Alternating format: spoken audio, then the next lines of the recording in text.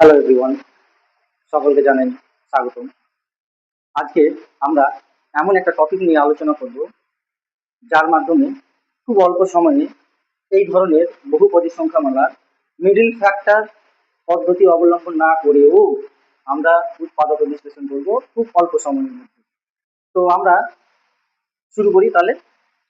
Class 7-এ আমরা একটা শর্টে ফর্মুলা পড়েছিলাম যে x plus a into x plus b সমান x square plus a plus b into x plus a b. এটার সঙ্গে যদি এটাকে আমরা কম্পেয়ার করতে যাই, তাহলে এখানে যে বি আছে অর্থাৎ এক্স এর সহগ যেটা, সেটা হচ্ছে এইখানে যে এক্স এর সঙ্গে যে ধ্রুবক সংখ্যা দুটো থাকবে তাদের সমষ্টি হচ্ছে এখানে এক্স এর সহগ, আর এখানে হচ্ছে এ ইন্টু বি, তার মানে যে ধ্রুবক সংখ্যা দুটো পাবো এক্স এর সঙ্গে তাদের গুণফলটা এ বি, মানে এখানে সি। তাহলে আমরা চেষ্টা করবো কি এটাকে 12কে এমন ভাবে ভাঙবো যাতে করে তাদের সমষ্টিটা 7 হয়, আবার গুণফলটাও কত আছে জানো, 12 আছে।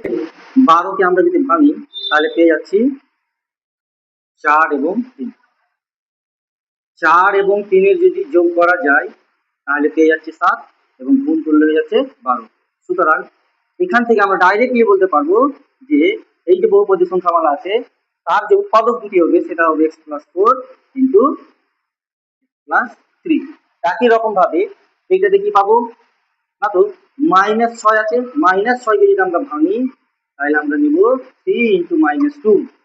এই দুটোর সমষ্টি যদি বের করি আমরা তাহলে পাবো কত, +1 পাবো, এবং যদি গুণ করি তাহলে -6। সুতরাং এখান থেকে উৎপাদকের ফ্যাক্টর দুটো কি হবে, x plus 3 into x minus 2। আচ্ছা, এর ক্ষেত্রে একটা কন্ডিশন আছে, সেটা হচ্ছে কি যে এই ধরনের বহুপদী সংখ্যামালা যাদের এক্স স্কোয়ারের সহগ এ সমান কি থাকবে, 1 হবে একমাত্র, তাদের ক্ষেত্রেই এটা আমরা অ্যাপ্লাই করতে পারবো। কিন্তু যদি আমরা এক্স স্কোয়ারের যে সহগ সেটা যদি 1 না হয় অন্য কিছু হয়, তার জন্য আরেকটা ট্রিক আছে, সেটা আমরা পরবর্তীতে আলোচনা করব।